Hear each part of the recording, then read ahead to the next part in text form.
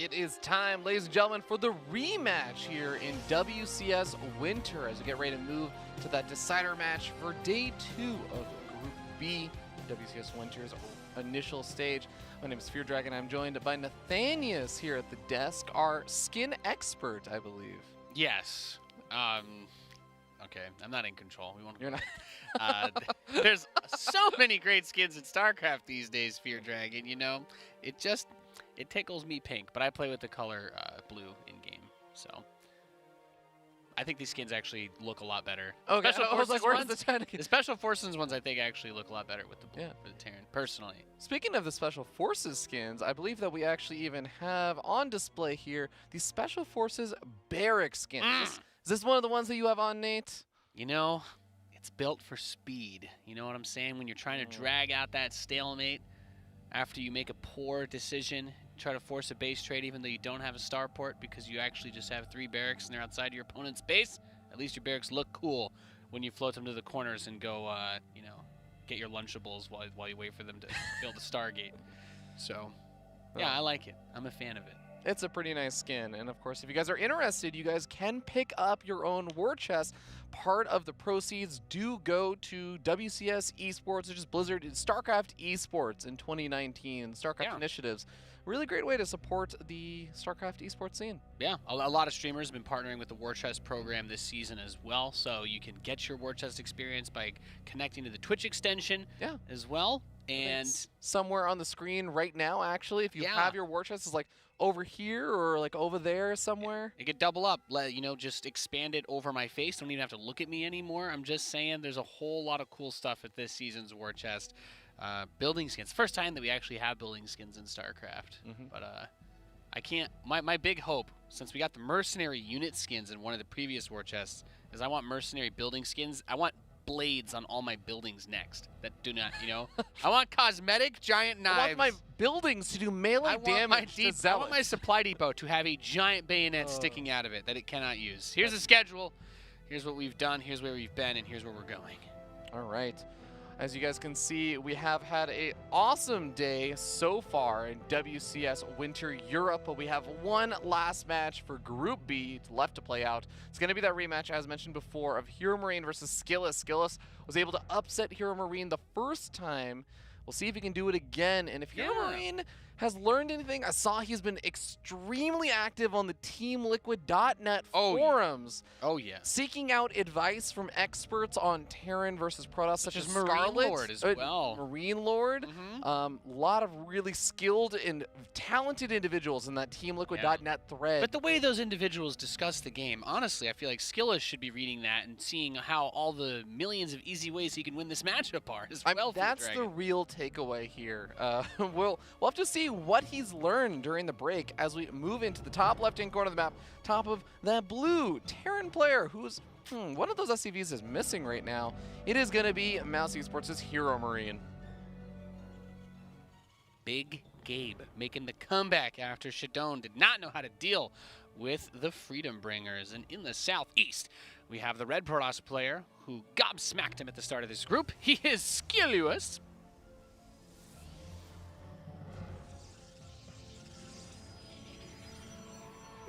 He's proxying.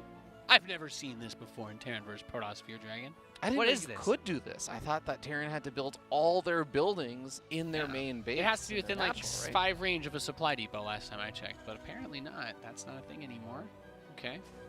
What is the actual range that you have to build within a pylon? Within a pylon? I believe it is 5. Is it 5 range? It used to be 6, but then that 2v2 build, right?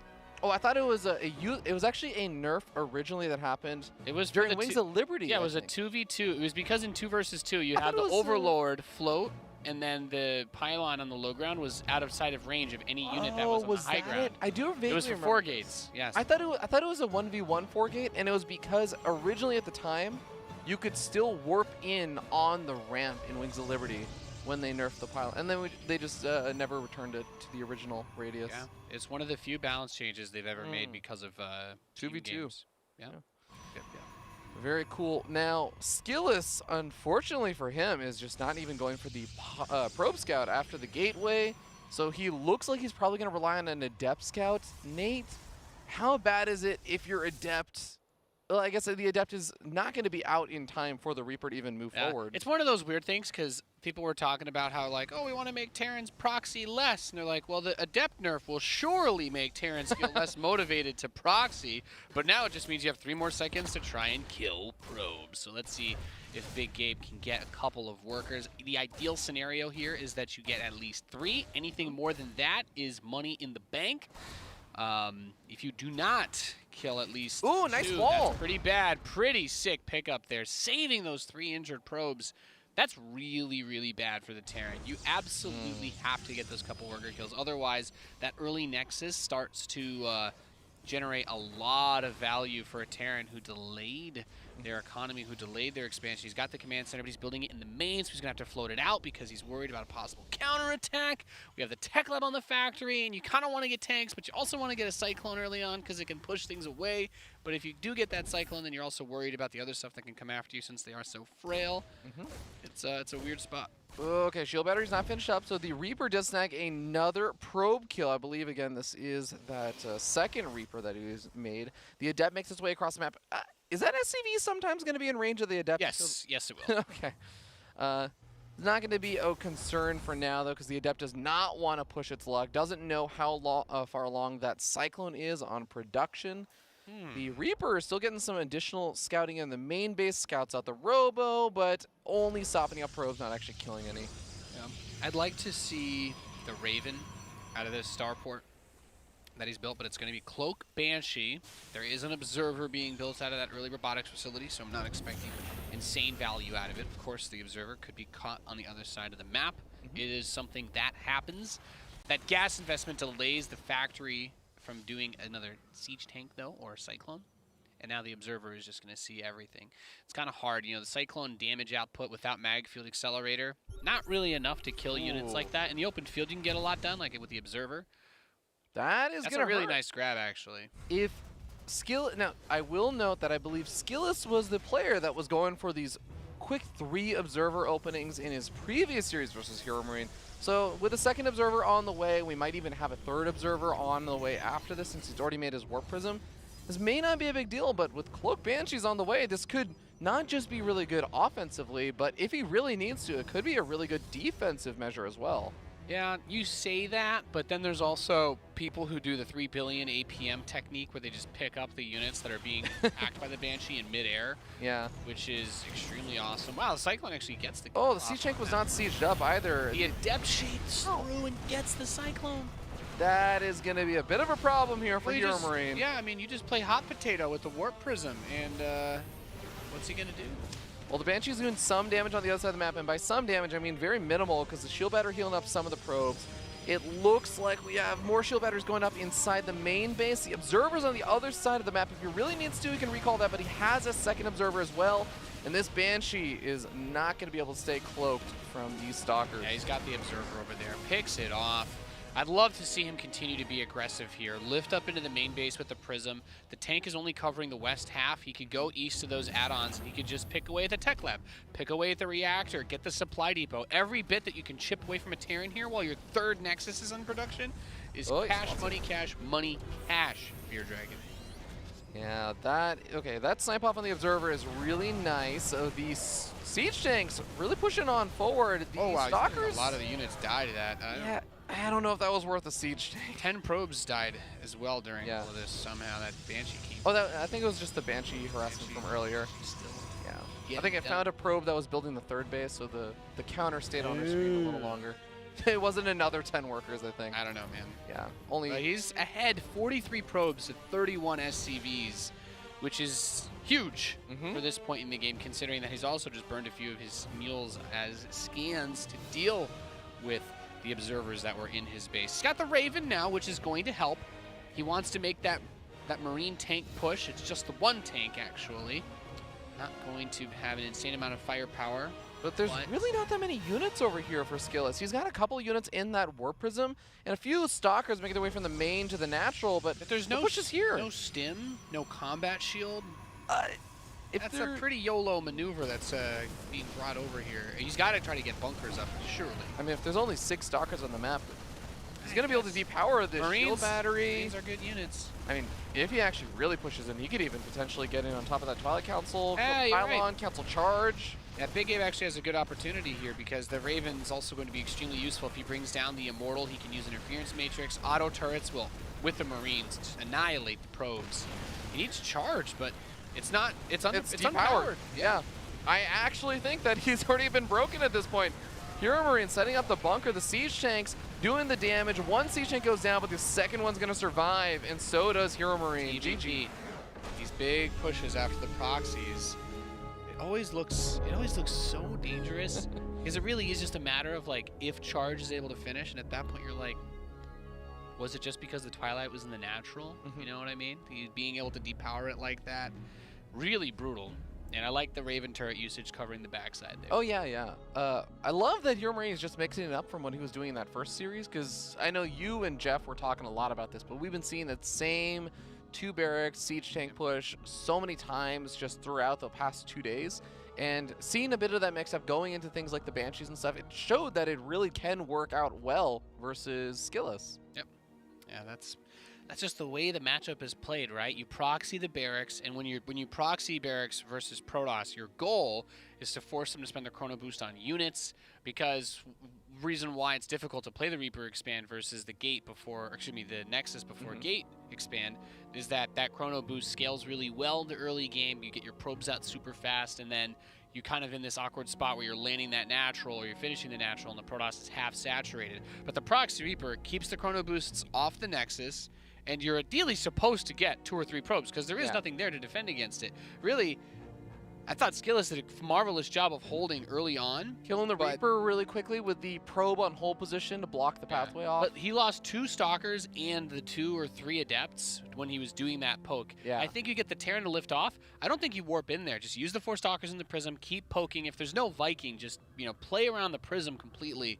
But threw away a few of those units, and then HeroMarine just like, yeah, this is my opportunity. Yeah, it really was down to the moment where SKillous was target firing down a siege tank and traded out 4 or 5 gateway units. So you just can't afford to actually lose at that point in the game. You lose those units, and suddenly you actually have nothing back on the other side of the map.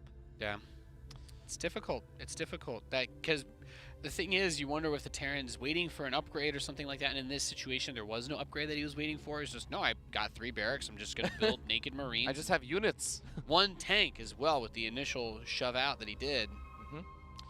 All right, game number 2. Big Gabe, 1 game away from moving on to the next round and avoiding retirement, Nate. Goodness. Thank God for that. I know. I don't know what I would do without being able to see his comments on design posted on Reddit regularly. Oh, don't worry. He didn't say he was retiring from that.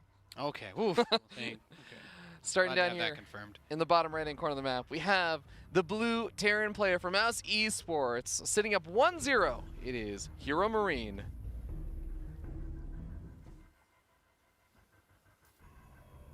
Facing off against our red Protoss player, who was able to best him in the first match of today's group. He is SKillous.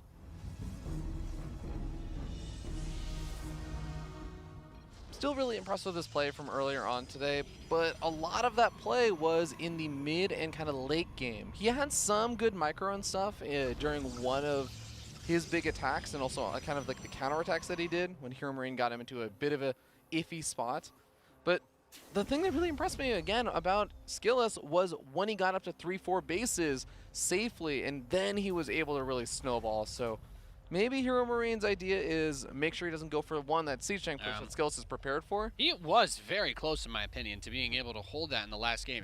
It boils down to having charge for those zealots. Yeah. Because the thing is, and a lot of people maybe forget about this, but charge was changed in Legacy of the Void so that when the zealot makes contact, it does 8 damage instantly on top of the zealot's first attack. So it's basically like the zealot gets a 3rd swipe when you charge onto a unit. So the damage buff from that alone can have a huge impact on those zealots being able to kill them. And naturally, of course, the siege tank can friendly fire the Marines when the zealots get onto them, which is a lot easier when they have charge. Most definitely. We'll see. It looks like this game, HeroMarine just going to have his barracks nice and tight in his main base, going for that Reaper, going for the natural expansion. SKillous, of course, going to be doing the same thing.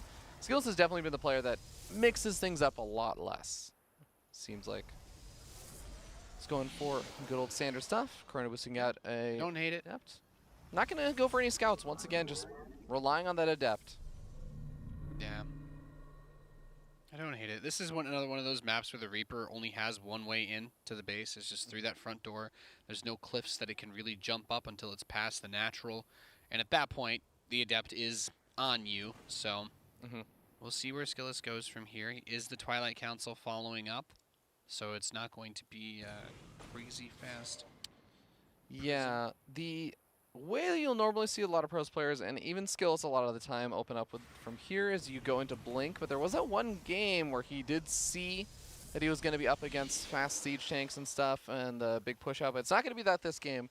Even when the adept makes its way across the map, it'll scout out the natural. It'll kind of see a little bit more. But I don't. Oh, actually, no. He is going to still go for charge really quickly here. I like that though. If your opponents keep hitting you with these like tank pushes, and I think In Control made a really good point of this earlier, is that Blink is great for general utility, but defensively Blink doesn't do much for you because you're like, oh yes, well you can't kill my Stalker, but no, you need to keep fighting because you're defending and you're under attack and you're going to die if your Stalkers don't fight. And that's why when you go for those kind of Blink maneuvers, you have to be able to catch your opponent as they're moving out. Well, he changed his mind. He actually cancels charge and goes into Blink. Says no, Nathaniel, you He's know like, nothing. you know what, Nate? No, I'm going to prove you wrong. I'm going to show you how you do that. But the funny thing is, again, we already talked about it. He's not facing off versus one of those super duper fast siege tank pushes. In fact, the Tech Lab gets swapped off of the factory, swapped onto the starport, and he's going to build another Tech Lab, but it's going to be a lot longer before any more of those units come out. Yeah, this could still easily be another like Marine tank push. Kind of like 1-1-1 style that a lot of Terrans yeah, for. I think you do want to get another barracks. Like the reason why Terrans don't do like 1-1-1 Marine tank Banshee all-ins is because you have enough minerals to get a second or third barracks for those few Marines, which do make a pretty big difference. But it will also give him leftover mineral income then if he doesn't get that any extra production right now to go for a third command center if he wants. Well, first Banshee is about to pop on out, make its way across the map. The Stalkers with Blink, and of course the Observer also being made, means that he has the opportunity to snipe off those Banshees rather quickly if HeroMarine is not entirely on top of things. Fast third base coming down from SKillous, as he has definitely been wont to do in this series. We'll see where the Banshee ends up hitting, though. I also like that there's just that It's a third command center, by the way. That's okay. Play. He's going to try and get up that economy a little bit faster this game, then. I find these strategies are pretty difficult to thread the needle on versus Protoss. He's been doing a good job of keeping his SCV production up. He hasn't fallen super far behind to the chrono-boosted probes. But he is going to need to spend a little bit more money. It's going to be a little more build time on that command center when it finishes up before he actually moves it out. So his third base will be later. And what I wonder now is when we're going to see forges come up for SKillous. I think another really important part of this heavy gateway style that we see a lot of is getting those upgrades early on. I think he did usually get them right around this time of the out. That's exactly when he was going to get them.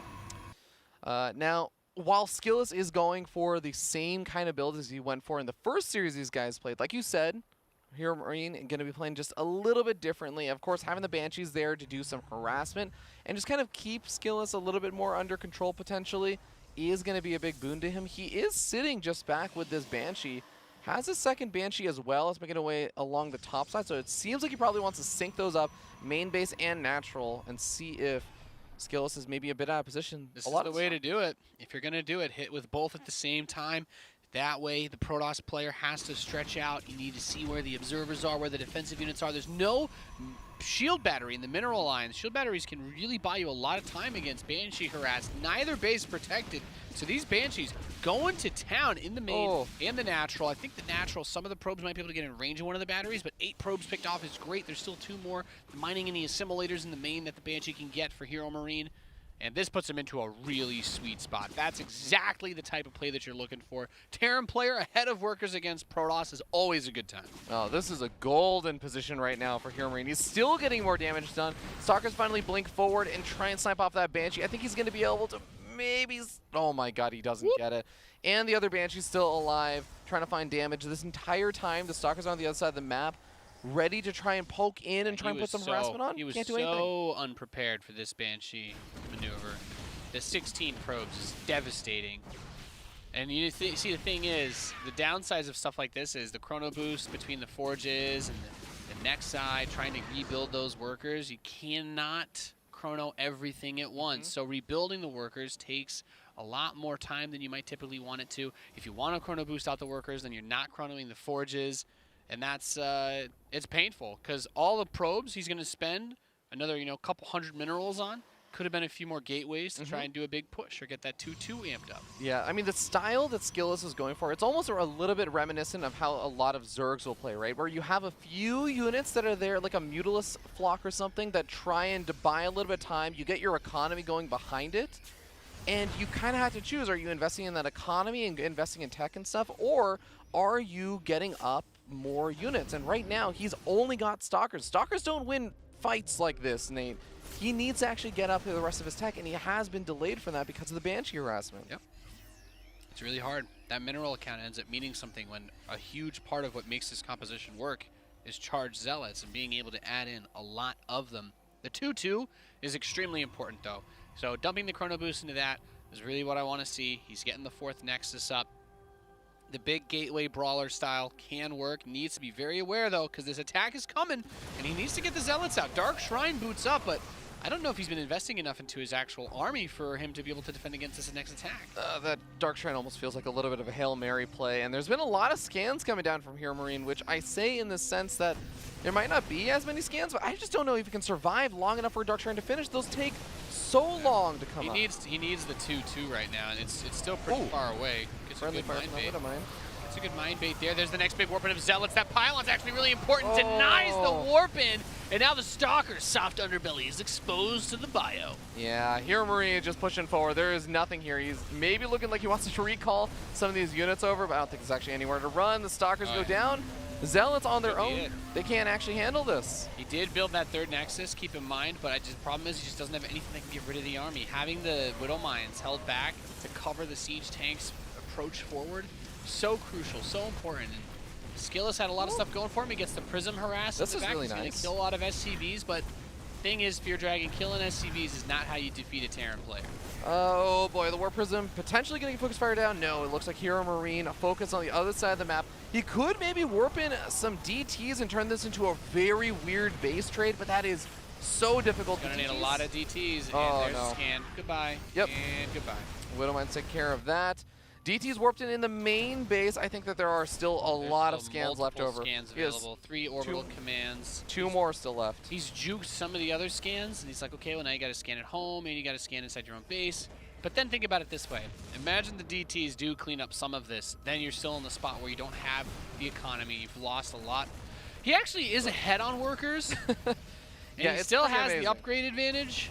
But you have to get rid of everything that's in your base and stabilize. Ooh, okay, I love this. SKillous is actually going for the straight-up DT base trade. And I only say I love this not because I think it's a good spot for him, but this is as good as it'll get for him.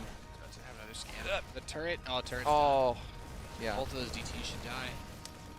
Wow, with that scanning. There you go, GG, well played. Good luck, and HeroMarine will advance in 2nd place out of this group, winning the rematch, and the world, everything is back in order. Yep. Group Curse is back. We did not have another repeat of Rail disrupting the space-time continuum. No. And order is back in line, as you said. So congratulations, HeroMarine. He avoided retirement. That's a big win. Shout out to you, man. I was really, really concerned. Whatever retirement in StarCraft means. But of course, he is going to be advancing on alongside, I believe it was Mana earlier on. Yeah. Yep. So we got a Protoss and a Terran making their way on to this group was very weird. The favored players got out, but it was it got ugly. It got down and dirty, and yeah, it was very. It was a fun day though. And a lot of really good StarCraft and fun StarCraft today. Yeah, certainly didn't happen the way that we expected it to. Well, as you guys can see, there's the recap in case you missed any of these series. Definitely recommend checking some of them out, especially that first HeroMarine versus SKillous series. And also, I would even say the Mana versus Shadowrun series was interesting. It was the bit of the, I think we were just talking about before, just combat without really worrying about your own defenses, which was kind of fun. But either way, guys, that does do it for the European segment of the broadcast. We still have America's coming on up, though, and that's going to be a lot of fun. Yep. We got Scarlet versus Peely Peely as that first match, as well as Expect versus Epic to kind of mix things up a little bit more. But you guys are watching WCS Winter. We'll be back in about 10 minutes time with WCS Americas.